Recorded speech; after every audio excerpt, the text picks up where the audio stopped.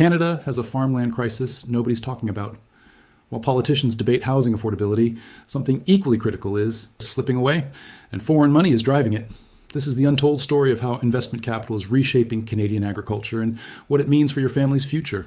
Most Canadians wake up without thinking about where their food comes from. They grab groceries, pay their bills, and move through their day with the comfortable assumption that someone, somewhere, is taking care of the farm. They assume that the vast prairies of Saskatchewan, the fertile soils of Ontario, and the rich agricultural regions across every province remain in the hands of people who actually want to grow food. But that assumption is becoming increasingly dangerous, increasingly disconnected from reality. Because right now, at this very moment, the landscape of who controls Canadian agricultural land is changing in profound and irreversible ways.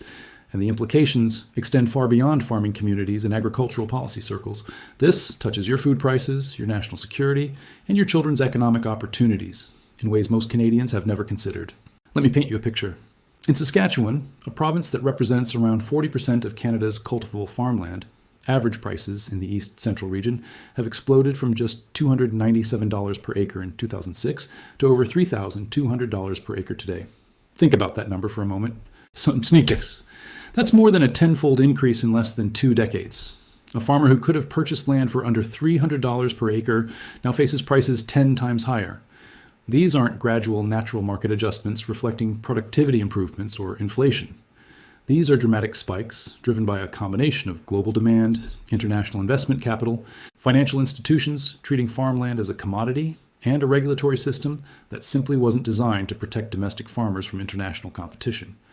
The system was built for a different era when farming was primarily a profession, practiced by families committed to their land. It wasn't built for investment capital flowing across borders, searching for assets that generate reliable returns regardless of whether food gets produced. The numbers tell a story of a nation losing control of its most essential asset.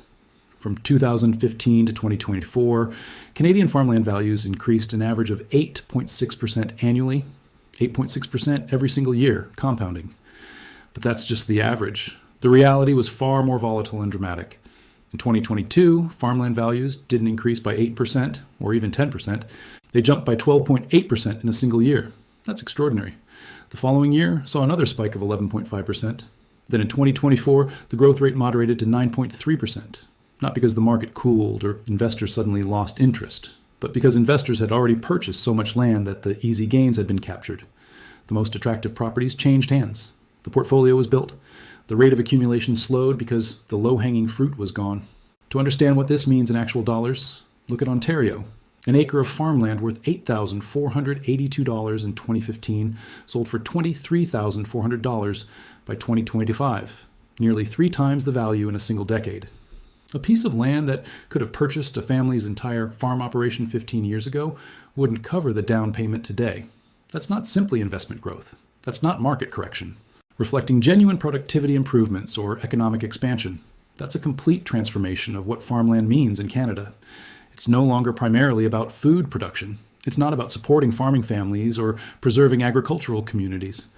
It's about wealth accumulation, about capital-seeking returns, about treating land as a financial commodity, no different from cryptocurrency or penny stocks. The only difference is that farmland actually produces real economic value through food, whereas most financial assets are purely abstract. The highest price increases are concentrated in specific regions. Saskatchewan led the way in 2024 with a 13.1% annual appreciation. British Columbia followed at 11.3%, and New Brunswick at 9%. These aren't random fluctuations. They're patterns driven by deliberate investment strategies.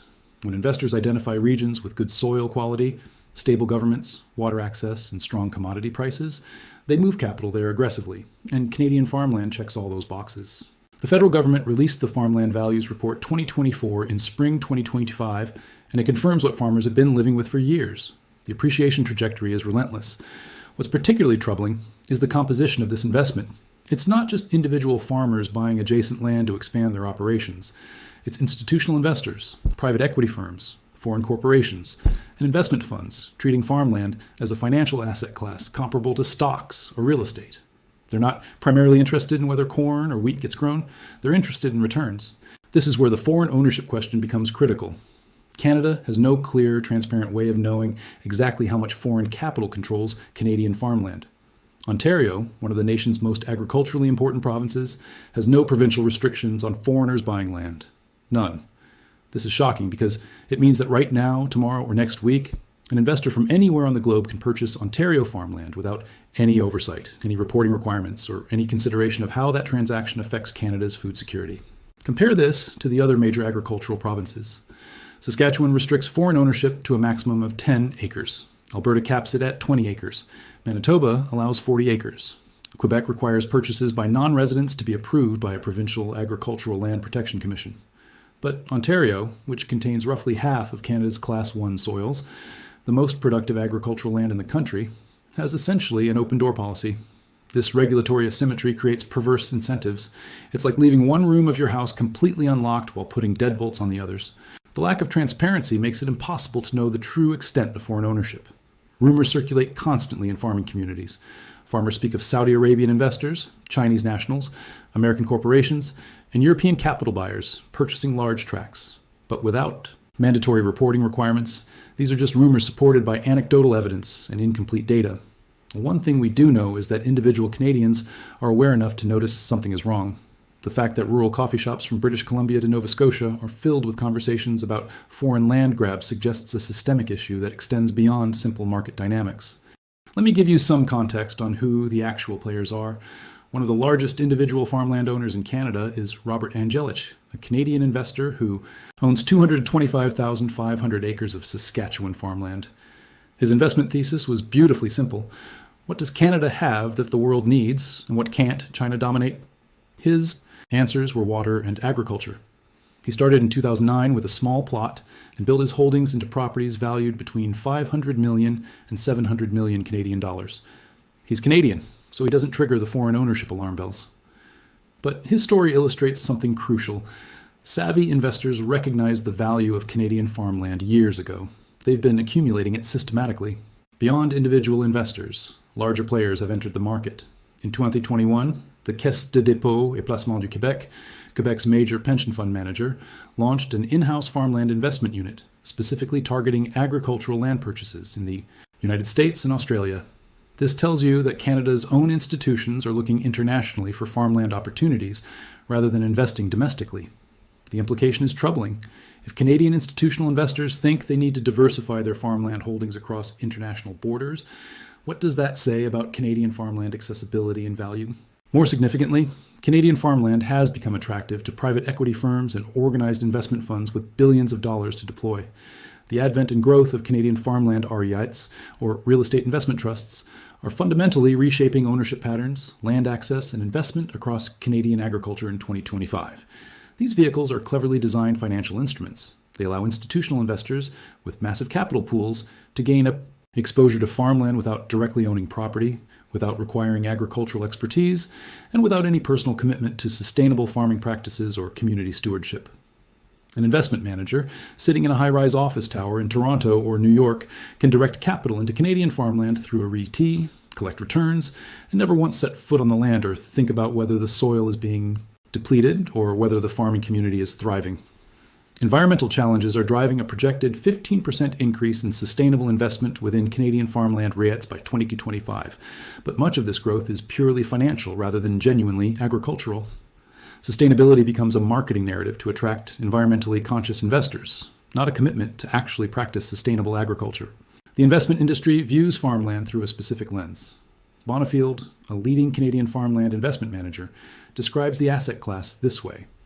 Canadian farmland offers attractive risk-adjusted returns with low volatility and historically demonstrated annual returns of 7.6% over the last 70 years. They note that investing in Canadian farmland produced positive returns for every entry year from 1975 to 2023, with only 8 years showing negative returns over that entire period. Compare that to global equities, which saw negative returns in 17 of those years.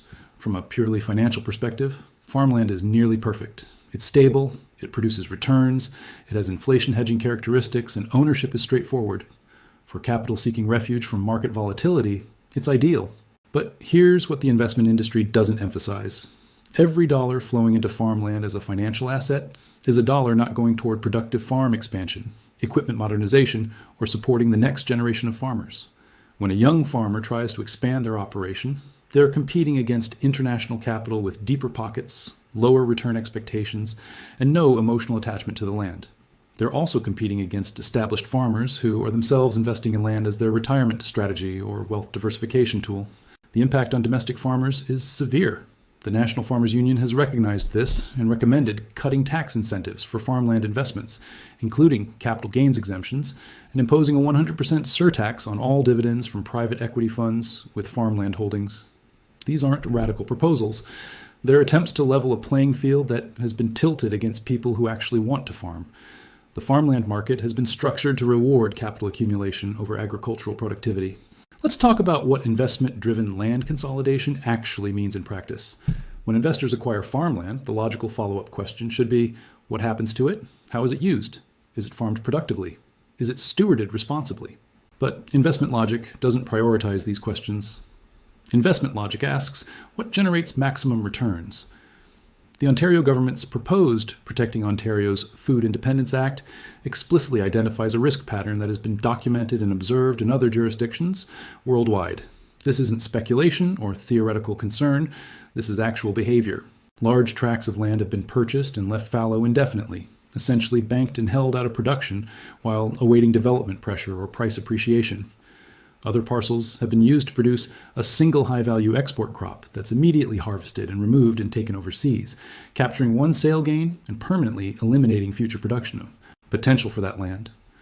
You've realized one gain through capital appreciation or short-term extraction, and collectively the province, its farmers, its food security, and its communities have lost all future productive capacity of what that land could produce. That's not conspiracy thinking about shadowy foreign investors. This is documented behavior observed by policymakers, agricultural researchers, and regulators in agricultural jurisdictions worldwide. It's how investment capital behaves when it's not aligned with productive goals. The regional impacts vary but follow predictable patterns.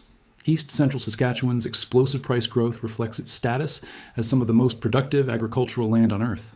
The soil quality, climate, and established infrastructure make it invaluable, but that value attracts investment capital from everywhere.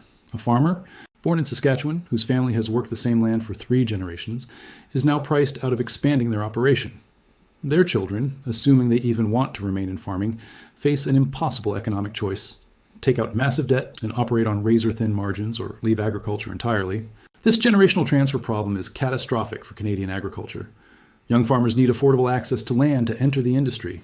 They need to be able to borrow against the expected income their farming operations will generate and gradually pay down debt as their operations mature.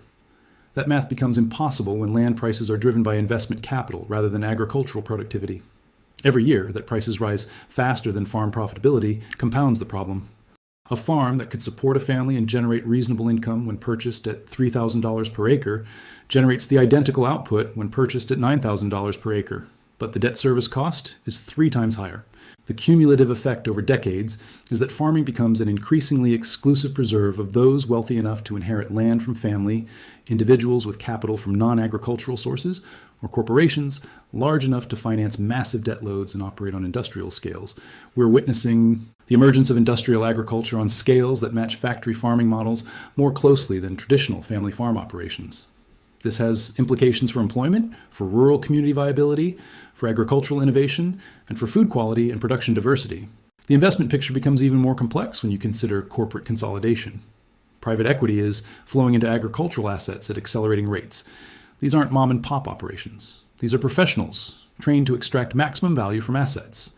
They understand economies of scale, commodity markets, and capital gains. What they don't necessarily understand is soil stewardship, community integration, or environmental sustainability. When land becomes primarily a financial asset, these considerations become externalities, costs imposed on society rather than factors incorporated into business decisions. The federal government's response has been slow and inadequate. The Investment Canada Act, which governs all foreign investments in Canada, was updated in September 2024. It expanded national security reviews for foreign investments in specific sectors like high-tech, natural resources, and digital media. But agriculture and farmland were notably excluded. No changes were made regarding the purchase of land by foreign entities. The federal government essentially left responsibility to provinces, creating a patchwork system where protection varies dramatically based on geography. This is precisely the opposite of what food security requires. If farmland is critical to national security and food independence, it demands a coordinated national approach. Instead, what Canada has is a reactive system where individual provinces address the problem only after it becomes politically unavoidable. Ontario's recent move to restrict foreign ownership came after years of advocacy and public pressure. The province introduced its Protecting Ontario's Food Independence Act, bringing itself into alignment with Alberta, Saskatchewan, Manitoba, Quebec, and Prince Edward Island, all of which had already implemented restrictions. The timing is telling. This legislation didn't emerge because a government suddenly realized farmland was important. It emerged because the situation became so obvious that ignoring it became politically impossible. Ontario's Agriculture Minister framed the issue clearly. The threat is to the province's ability to continue providing food domestically. People think about economic drivers like the auto sector, technology, and mining, but the agri-food industry in Ontario is worth over $52 billion annually.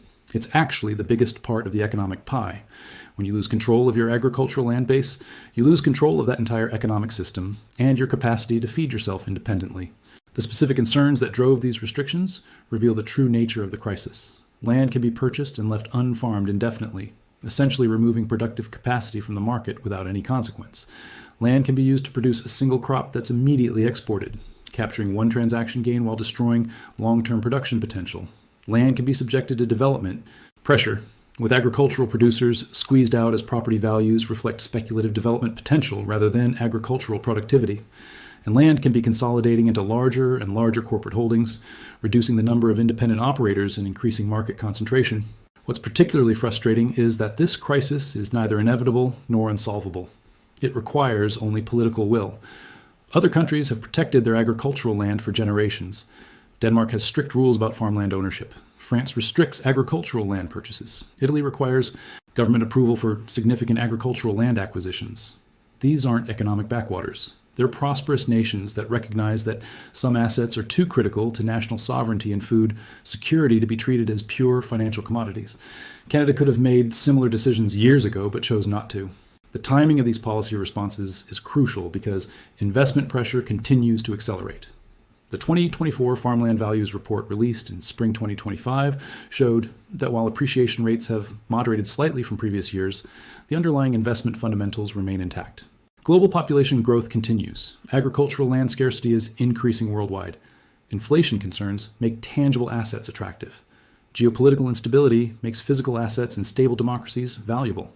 All these factors ensure that international capital will continue flowing into Canadian farmland, regardless of domestic policy responses. Consider the global context. The Civilli's Global Farmland Index, which tracks average capital value performance for premium agricultural land across the world, recorded an average global farmland value growth of 18% during 2021 and an 11% compound annual growth rate over 20 years. Canadian farmland, with its stable political system, abundant water resources, excellent soil quality, and established agricultural infrastructure, sits in the upper tier of global farmland values.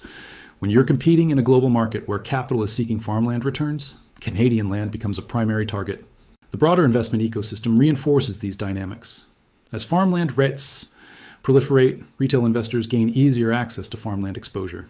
As investment returns accumulate, more capital flows into the asset class. As more capital flows in, prices rise. Higher prices attract more institutional investors and create positive feedback loops that disconnect land values from underlying agricultural productivity.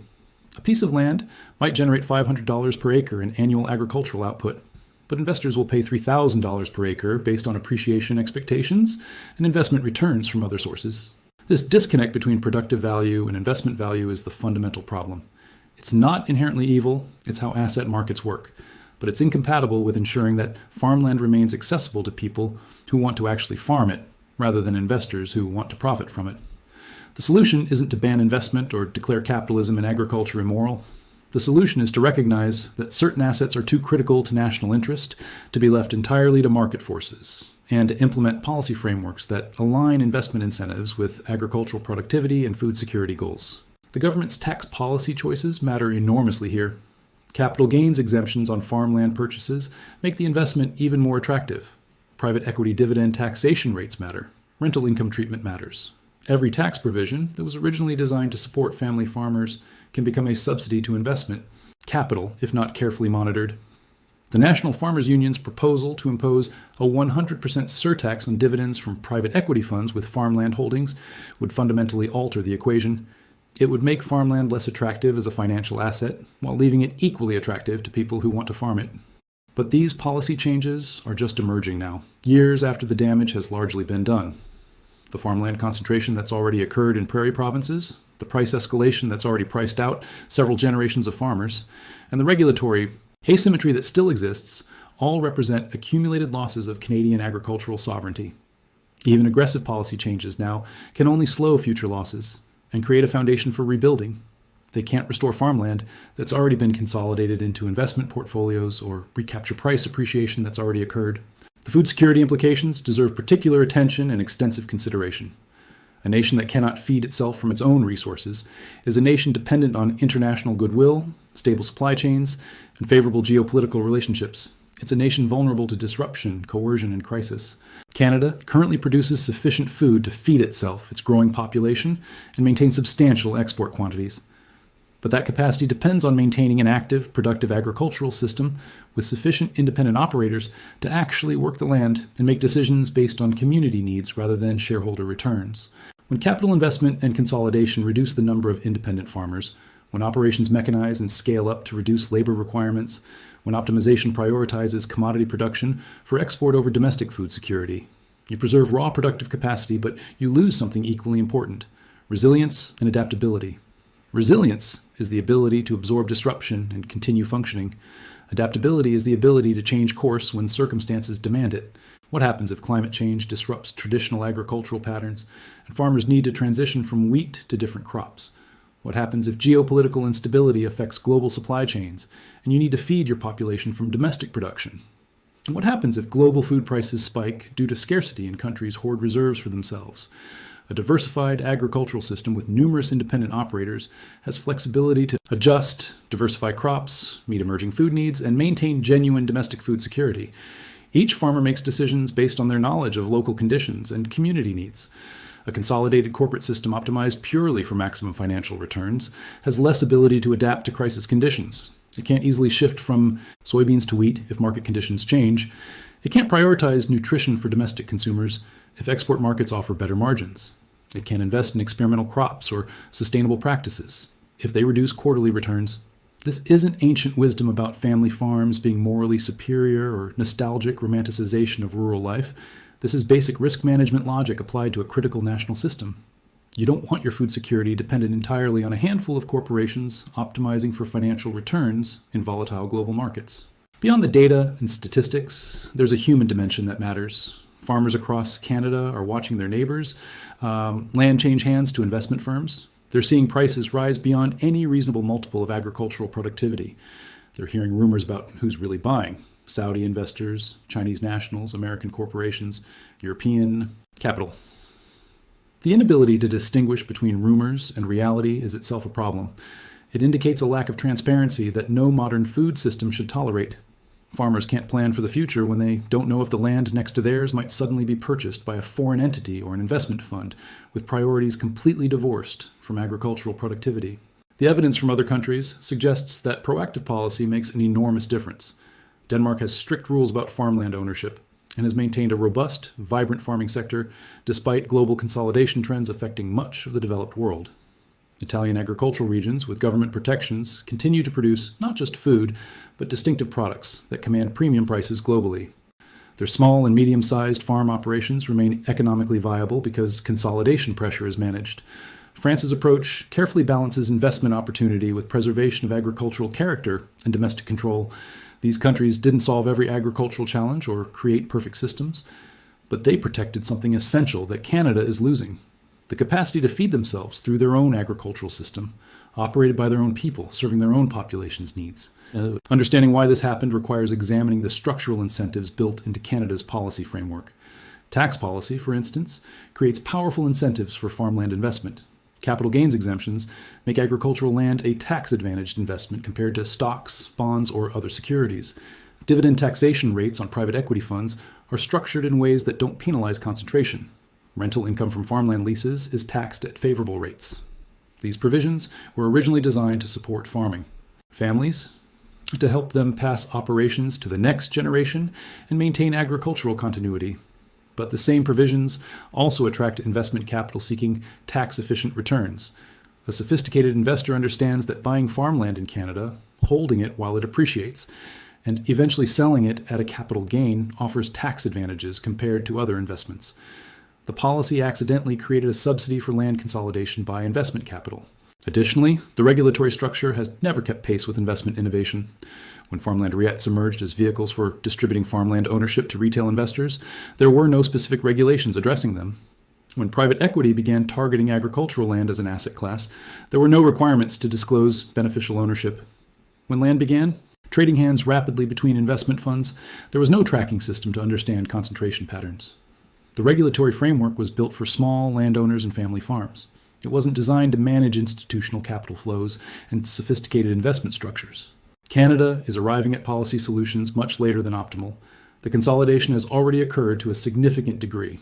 The price escalation has already happened. The regulatory gaps have already been exploited. Damage has been accumulated. But arriving late is better than not arriving at all. Ontario's new restrictions, though coming years after provinces like Quebec and Saskatchewan implemented similar measures, represent a recognition that the current system isn't serving Canadian interests and that fundamental change is necessary. What remains to be seen is whether these provincial responses will be adequate. The restrictions address foreign ownership, but what about domestic consolidation driven by domestic capital? What about Canadian investment funds accumulating farmland for financial returns rather than productivity? What about tax incentives making farmland investment attractive regardless of nationality? Addressing foreign ownership is necessary, but potentially insufficient. The real question is whether Canada will structure its agricultural land market fundamentally differently, to treat farmland not as another financial asset, but as a critical resource requiring stewardship aligned with food security. The changes happening right now across Canadian provinces represent a pivot point. If agricultural land restrictions prove effective, if tax policies align investment incentives with productivity, if transparency requirements make ownership patterns visible, then perhaps Canada can stabilize its agricultural foundation and ensure that future generations have the option to farm their own land. If the restrictions remain incomplete, if loopholes persist, if investment capital finds new pathways to consolidate control, then Canada will continue the trajectory toward industrial agriculture ownership by increasingly distant corporate entities. The stakes couldn't be higher. Food security is national security. Agricultural land is the foundation of that security. And right now, that foundation is being actively restructured by investment capital from around the world, facilitated by regulatory gaps and tax incentives that weren't designed to address modern consolidation trends. Canadians need to understand what's happening, why it matters, and what can actually be done about it. Because the farmland crisis is here. It's not coming. It's not theoretical. It's happening right now, and the window to respond effectively is closing with every passing season.